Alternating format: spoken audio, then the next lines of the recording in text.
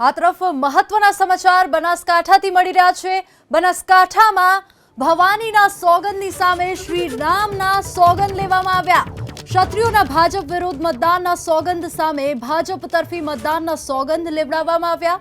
સરપંચોના ભાજપ સમર્થિત મતદાનના સોગંદ લેવડાવવામાં આવ્યા। ડીસા તાલુકાના સરપંચોને પૂર્વ ધારાસભ્યએ લેવડાવ્યા શ્રી રામના સોગંદ। રેખાબેનના પતિ હિતેશ ચૌધરીની હાજરીમાં લેવડાવવામાં આવ્યા છે શ્રી રામના સોગંદ। ડીસાના પૂર્વ ધારાસભ્ય શશિકાંત પંડ્યાએ લેવડાવ્યા શ્રી રામના સોગંદ। બેઠકમાં સરપંચોને કરાયા વિવિધ પ્રકારના વાયદા। સરપંચોને ગામનું 100% મતદાન ભાજપ તરફી કરાવવા કરાઈ છે અપીલ।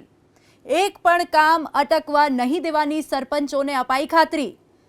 તો ક્ષત્રિયોના ભાજપ વિરુદ્ધ મતદાનના સોગંદ સામે હવે ભાજપ તરફી મતદાનના સોગંદ લેવડાવવામાં આવ્યા છે। સંસદમાં આપણે 80,000 લીધા આખા જિલ્લામાં પરમથી પ્રાંતના ખરાબ એના કરતા લીડો આપી એમ આ વખતે પણ આપણે વધારે લીડ આપવાની છે। આખા જિલ્લામાં ડીસા તો લીડ આપશે પણ સારામાં સારી લીડ આપણે આપશે।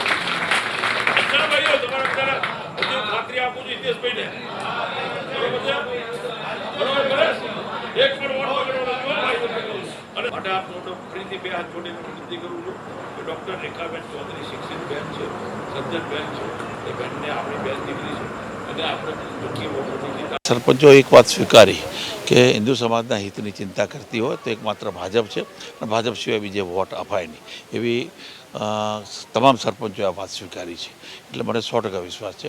ખૂબ જ સારી લીડથી ડૉક્ટર રેખાબેન ચૌધરી જીતી રહ્યા છે અને દિલ્હી નરેન્દ્રભાઈ મોદી સાહેબના અમે બનાસકાંઠાનું કમર મોકલવાના છીએ મોટી લીડથી જીતાડીને। એમાં કોઈ શંકા સ્થાન નથી અને મને 100% વિશ્વાસ છે એક પણ માણસે હાથ નીચો નથી કર્યો। બધા હાથ ઊંચા કરી સોગંદ ખાઈને કીધું કે સાહેબ ભાજપ સિવાય અમારે કોઈને વોટ આપવો નથી।